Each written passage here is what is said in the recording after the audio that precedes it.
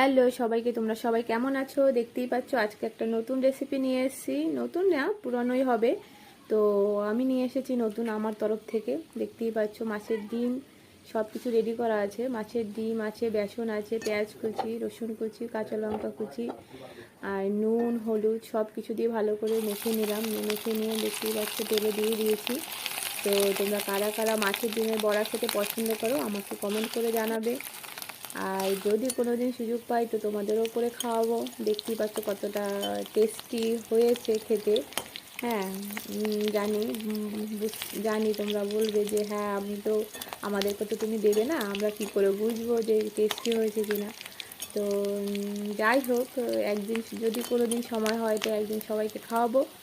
আর তোমরা কারা কারা এরকম মাছের ডিমের বড়া পছন্দ করো তো কমেন্ট করে জানাবে সবাইকে।